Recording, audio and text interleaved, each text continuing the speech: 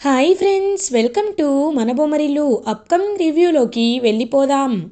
రుద్ర గంగ ఇంటి కోడలిగా అన్ని పనులు చేస్తూ ఉంటే చాలా బాధ అనిపిస్తుంది. వెంటనే గంగని పిలిచి, ఏంటి, ఏం చేస్తున్నావు? ఈ ఇంటి కోడలిగా సెటిల్ అయిపోవాలనుకుంటున్నావా?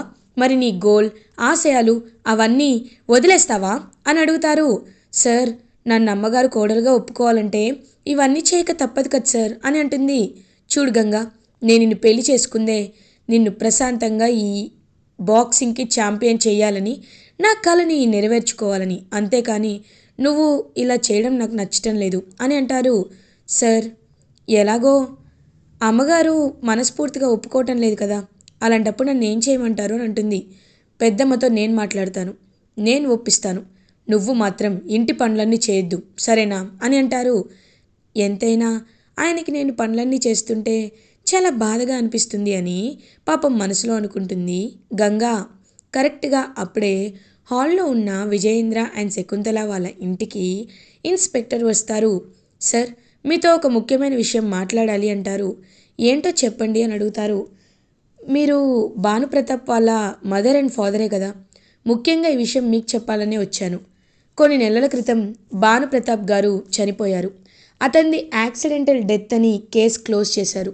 కానీ అతనిది యాక్సిడెంటల్ డెత్ కాదని, కావాలనే ఎవరో నెట్టి ఆయన్ని చంపేశారు అని మాకు ఒక కంప్లైంట్ వచ్చింది. అందుకే ఆ కేసుని మేము రీఓపెన్ చేయాలనుకుంటున్నాం అని అంటారు. ఒక్కసారిగా ఇంక వెంటనే ఫ్యామిలీ మెంబర్స్ అందరూ షాక్లో ఉండిపోతారు. ఇన్స్పెక్టర్ గారు, ఎవరు మిమ్మల్ని కేసు ఓపెన్ చేయమన్నారు? అసలు కంప్లైంట్ ఇచ్చింది ఎవరు అని అడుగుతారు. మిస్సెస్ గంగా రుద్రప్రతాప్ అని చెప్పగానే ఒక్కసారిగా ఫ్యామిలీ మెంబర్స్ అందరూ గంగా వైపు చూస్తూ ఉంటారు. ఇంకా అలా రుద్ర కూడా గంగ వైపు చూస్తూ, గంగా ఏంటిది అని అంటారు. అవును సార్, అది హత్య సార్, కావాలనే ఎవరో చేశారు అని అంటారు. షటప్, ఏం మాట్లాడుతున్నావు? ఇప్పుడిప్పుడే భానుని మర్చిపోయి ప్రశాంతంగా ఉంటున్నాను, భాను జ్ఞాపకాల నుండి బయటపడుతున్నాను. అలాంటిది నువ్విప్పుడు ఇలాంటి ఇలాంటి పనులు చేస్తావా? మళ్ళీ కేసుని రీఓపెన్ చేసి నన్ను బాధ పెట్టాలనుకుంటున్నావా? చూడు, ఇలా చేయడం కరెక్ట్ కాదు, మర్యాదగా కేసుని విత్డ్రా చేసుకో అని అంటుంది శకుంతల. నేను విత్డ్రా చేయడానికి ఇదంతా చేయటం లేదమ్మగారు, నేనంటే ఏంటో నిరూపించుకోవడానికి చేస్తున్నాను. నేను నా భర్త వేరు వేరు కాదు, నేను నా భర్త ఒకటే. అలాంటప్పుడు నా భర్తపై చిన్నది కూడా కాదు, ఒక మనిషినే హత్య చేశాడు అనే అతిపెద్ద నింద పడినప్పుడు ఏ భార్య అయినా ఎలా తట్టుకుంటుంది? అందుకే నేను గట్టిగా ఫిక్స్ అయ్యాను, నా భర్త ఎలాంటి తప్పు చేయలేదు అని ఖచ్చితంగా నిరూపించుకోవాలి అనుకుంటున్నాను. దానికి ఒకే ఒక మార్గం ఏంటి అంటే కేసుని రీఓపెనింగ్ చేయడమే. తప్పు చేసిన వాళ్ళే దర్జాగా తిరుగుతున్నారు, అలాంటిది తప్పు చేయని నా భర్త ఎందుకు మీతో అందరితో మాటలు పడాలి? లేదు, నేను దీన్ని సహించను. కేసు రీఓపెనింగ్ చెయ్యాలి, ఖచ్చితంగా శిక్ష పడాలి, నేను అది కళ్ళతో చూడాలి అని అంటుంది గంగా. గంగా, నేను చెప్తున్నాను, నాకు లేని ప్రాబ్లం నీకెందుకు? నేను చెప్తున్నాను కదా, కేసు వెనక్కి తీసుకో అని అంటారు. రుద్ర, లేదు సార్, ఈ విషయంలో నేను మీ మాటలు కూడా వినను. ఇన్స్పెక్టర్ గారు, మీరు మాత్రం కేసు మొత్తం ఖచ్చితంగా రీఓపెనింగ్ చేయాలి అని అక్కడి నుండి వెళ్ళిపోతుంది. వెంటనే గంగా, ఈ మాట మీతో చెప్పడానికే వచ్చామండి, సరే మేము బయలుదేరుతామని ఇంకలా ఇన్స్పెక్టర్ అక్కడి నుండి వెళ్ళిపోతారు. శకుంతల తన రూమ్కి వెళ్ళిపోతుంది. విజయేంద్ర గంగా దగ్గరికి వస్తారు. గంగా, నువ్వు ఎందుకు ఇలా మాట్లాడుతున్నావో నాకు అర్థం కావట్లేదు. అంటే ఖచ్చితంగా ఎవరో ప్లాన్ చేసే తన్ని చంపారా అని అడుగుతారు. ఖచ్చితంగా ప్లాన్ అయితే జరిగి తీరింది పెద్దోరు, ఆ విషయం మీకు తెలియకపోవచ్చు, కానీ నేనున్నాను కదా, నేను ఆ విషయాన్ని బయటపెడతాను, మీరేమి కంగారు పడకండి అని ఇంకా అలా అక్కడి నుండి వెళ్ళిపోతుంది గంగా. ఇది ఇలా ఉండగా శకుంతల బాగా ఆలోచిస్తూ ఉంటే వీరు శకుంతలని బాగా ఐడెంటిఫై చేస్తూ ఉంటారు. ఖచ్చితంగా ఈవిడ ఇంతలా ఆలోచిస్తుంది అంటే నమ్ముతుందా, నిజంగా ఆవిడ నమ్ముతోందా అని ఆలోచిస్తూ, అత్తయ్య గారు ఏం చేస్తున్నారు అని అడుగుతారు. లేదు, గంగా అంతలా పట్టు పట్టింది అంటే ఖచ్చితంగా కొంచెమైనా నిజం ఉంటుంది కదా అని నాకు అనిపిస్తుంది. ఒకవేళ నిజంగా నా భానుది యాక్సిడెంటల్ డెత్ కాదు, ఆత్మహత్య కాదు, లైక్ తంది హత్య అని తెలిస్తే మాత్రం వాళ్ళని నేను ఊరికే వదిలిపెట్టను. ఖచ్చితంగా అంతకంత పొగ తీర్చుకుంటా అని చెప్పి గట్టిగా ఫిక్స్ అవుతారు శకుంతల. ఈ గంగని ఏదో ఒకటి చేయాలి, చంపేయాలి, లేకపోతే నా పాత కేసుని ఇప్పుడు వెలికి తీస్తుందా? ఇప్పుడు ఒక్కసారి భానుప్రతాప్ విషయంలో నా నా ఇన్వాల్వ్మెంట్ ఉందని, నేనే తన్ని నెట్టేశాను అని తెలిస్తే రుద్రప్రతాప్ బావ నన్ను ఖచ్చితంగా చంపేస్తాడు. నో, నేను బయటపడకూడదు అని వీరు ఇంకా చాలా తెలివిగా ఆలోచిస్తూ ఉంటాడు. ఇది ఇలా ఉండగా గంగ రుద్ర దగ్గరికి వచ్చి, సార్, నేను బాక్సింగ్ ప్రాక్టీసింగ్ చేయాలనుకుంటున్నాను. ఎందుకంటే నాకు అమ్మగారు పర్మిషన్ ఇచ్చారు, కాబట్టి మనం వెళ్దామా అని అడుగుతారు. ఖచ్చితంగా వెళ్దాం అని చెప్పి ఇంకా వెంటనే అలా బయలుదేరుతారు. ఇంకలా గంగ అయితే బాక్సింగ్ ప్రాక్టీస్ చేస్తూ ఉంటుంది. అప్పుడే పారు రుద్ర వాళ్ళ అకాడమీకి వస్తుంది. వచ్చి, ఏంటి గంగ, బాగా ప్రాక్టీస్ చేస్తూ హ్యాపీగా ఉండాలనుకుంటున్నావా? కానీ నువ్వెంత అనుకున్నా గెలవలేవులే అని అంటుంది. నేను గెలవగలనో లేదో ఖచ్చితంగా చూద్దాం. అంతకంటే ముందు నువ్వు నువ్వు అసలు బ్రతుకుంటావో లేదో అనేది ఖచ్చితంగా చూసుకోవాలి అని అంటారు. ఏంటి, నేనా అని అంటుంది. అవును, చేసిన తప్పులన్నీ బయటపడితే నువ్వు పైకి పోతావు కదా అని అంటుంది. నేనెందుకు పైకి పోతాను? అయినా నేనేమంత తప్పులు చేశాను అని అడుగుతుంది.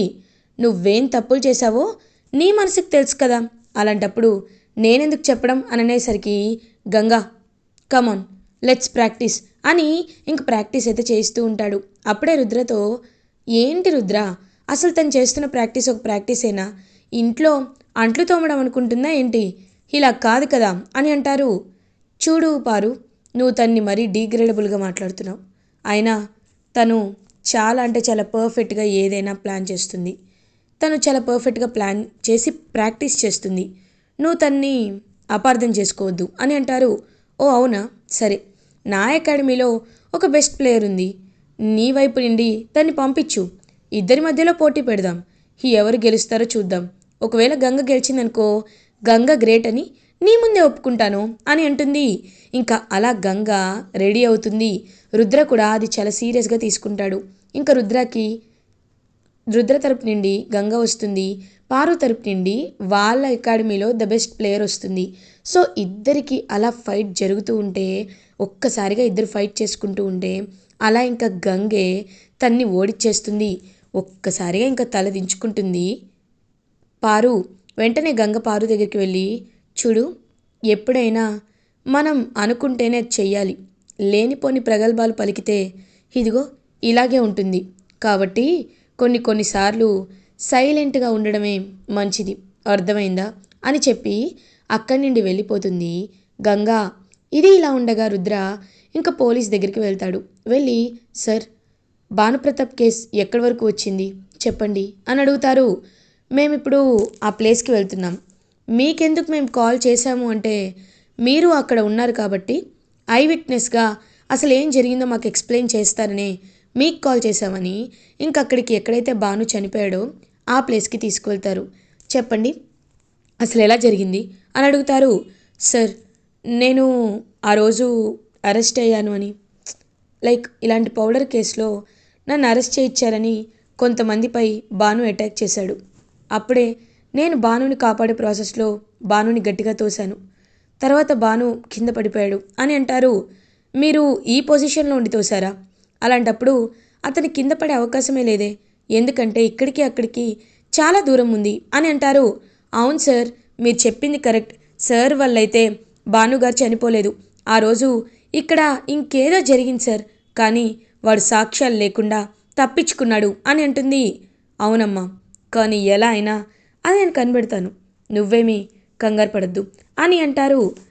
ఎలా సార్, ఎలా కనిపెడతారు?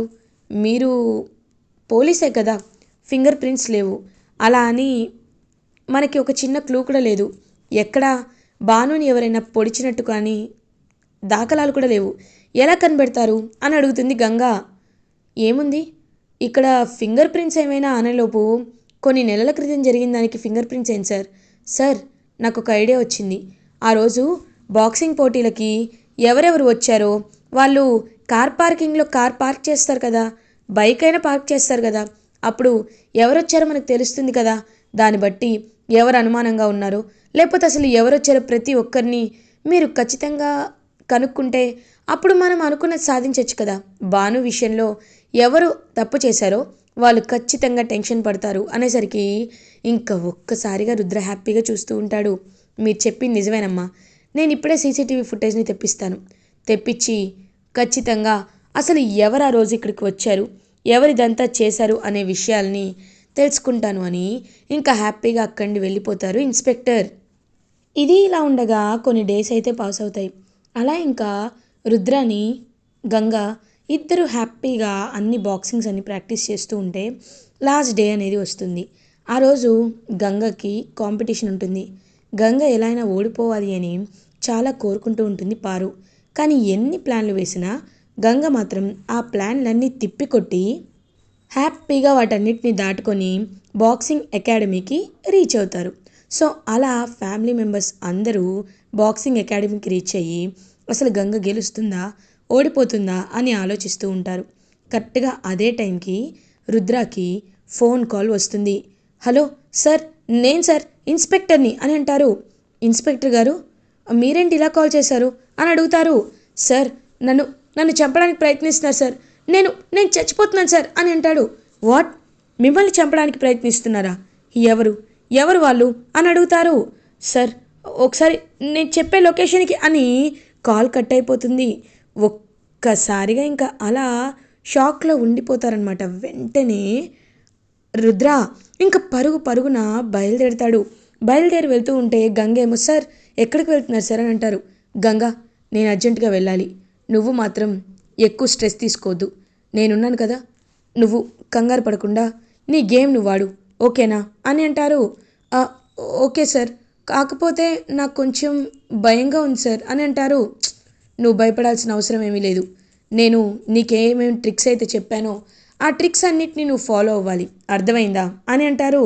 "ఆ, ఓకే సార్, నేను ఫాలో అవుతాను" అని ఇంకా అలా పాపం బాక్సింగ్ రింగ్లోకి వెళ్తుంది గంగా. ఇది ఇలా ఉండగా వీరునే అదంతా ఇంకా మొత్తం ప్లాన్ చేసి ఆ ఇన్స్పెక్టర్ని ఒక ప్లేస్లో లాక్ చేస్తాడు. నువ్వా ఆ ఇంట్లో నువ్వు ఒక అల్లుడిగా ఉంటూ ఇంత ఇంత పెద్ద తప్పు చేస్తావా అని అడుగుతారు. అవును, ఆస్తి కోసమే ఇదంతా చేశాను, అది నా ఇష్టం. నువ్వు కేసుని రీఇన్వెస్టిగేట్ చేసి ప్రశాంతంగా నేను ఉంటుంటే నన్ను ఈ కేసులో ఇరికించాలి అని అనుకున్నావా? కానీ ఖచ్చితంగా అదెప్పటికీ జరగదు కదా, ఎందుకంటే కేస్ ఇన్వెస్టిగేట్ చేస్తున్న నువ్వే పైకి పోతున్నావు కదా అని ఇంకా గన్ని అలా వీరు ఆ ఇన్స్పెక్టర్కి గురిపెడుతూ ఉంటే ఒక్క తన్ను తన్నేసరికి గేట్ అలా బయటకు వస్తుంది. ఎవరో కాదు, రుద్ర. రుద్ర అలా గేట్ని మొత్తం బ్లాస్ట్ చేసుకొని లోపలికి వెళ్తాడు. లోపలికి వెళ్ళి ఇన్స్పెక్టర్కి మొత్తం ఇంకా ఉంటే మొత్తం లాక్ చేసేసి ఉంటే ఇన్స్పెక్టర్ని కాపాడి అలా ఇన్స్పెక్టర్ వైపు చూస్తూ ఉంటారు. సార్, మీకేమీ కాలేదు కదా అని అంటారు. లేదు సార్, నాకేమీ కాలేదు, కానీ ఇదంతా ఇదంతా చేసింది ఎవరో కాదు, వీరునే అని అంటాడు. ఒక్కసారిగా షాక్ అయిపోతారు రుద్ర. ఎవరు, మా ఇంట్లో ఉండే వీరునా అని అంటారు. అవును సార్, వీరునే వీరునే ఇదంతా చేశాడు అనేసరికి, అంటే ఇన్ని రోజులు మా ఇంట్లో ఉంటూ భానుని భానుని నెట్టి చంపేసింది వీరునా అని చెప్పి ఇంకా అలా వెంటనే వీరు దగ్గరికి బయలుదేరుతాడు. వీరు ఏమో, రుద్ర, నువ్వు నన్ను ఏమీ చేయలేవు, ఎందుకంటే నేను నిన్నిప్పుడు పైకి పంపిస్తాను కదా అని కొంతమంది రౌడీలని ఇంకా అలా గట్టిగా ఫిక్స్ చేసి కొట్టించాలని, రుద్రని ఓడించాలి అని ట్రై చేస్తూ ఉంటాడు. కానీ రుద్ర మాత్రం ఓడిపోడు. రుద్ర బాగా వాళ్ళందరినీ కొడతాడు. కొట్టి ఇంక వెంటనే తన్ని పట్టుకుంటాడు. వీరుని పట్టుకొని, నువ్వు నువ్వు కావాలని భానుని చంపావు, రారా అని చెప్పి వాడిని బాగా కొట్టి ఇంకా అలా తీసుకువెళ్తాడు. తీసుకువెళ్ళి వెంటనే శకుంతల కాళ్ళ ముందు పడేస్తాడు. శకుంతల ఒక్కసారిగా షాక్ అవుతుంది. ఏం చేస్తున్నావు రుద్ర అని అడుగుతుంది. పెద్దమ్మ, భాను విషయంలో భానుని చంపింది ఇదిగో ఈ వీరునే, నా దగ్గర సాక్ష్యాలు కూడా ఉన్నాయనేసరికి ప్రీతి ఒక్కసారిగా కుప్ప కూలిపోతుంది. ఇంకా వీరునే హంతకుడు అని తెలుసుకొని ఒక్కసారిగా శకుంతల వీరు చెంప పగలు కొట్టి, ఛీ దుర్మార్గుడా, నేను నిన్ను ఎంత నమ్మాను, కానీ నువ్వు ఇంటి అల్లుడుగా నా కొడుగ్గా ఉంటానని చెప్పి నా కొడుకునే చంపేస్తావా?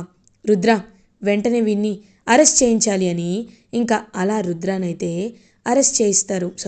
వీరునైతే అరెస్ట్ చేయిస్తారు.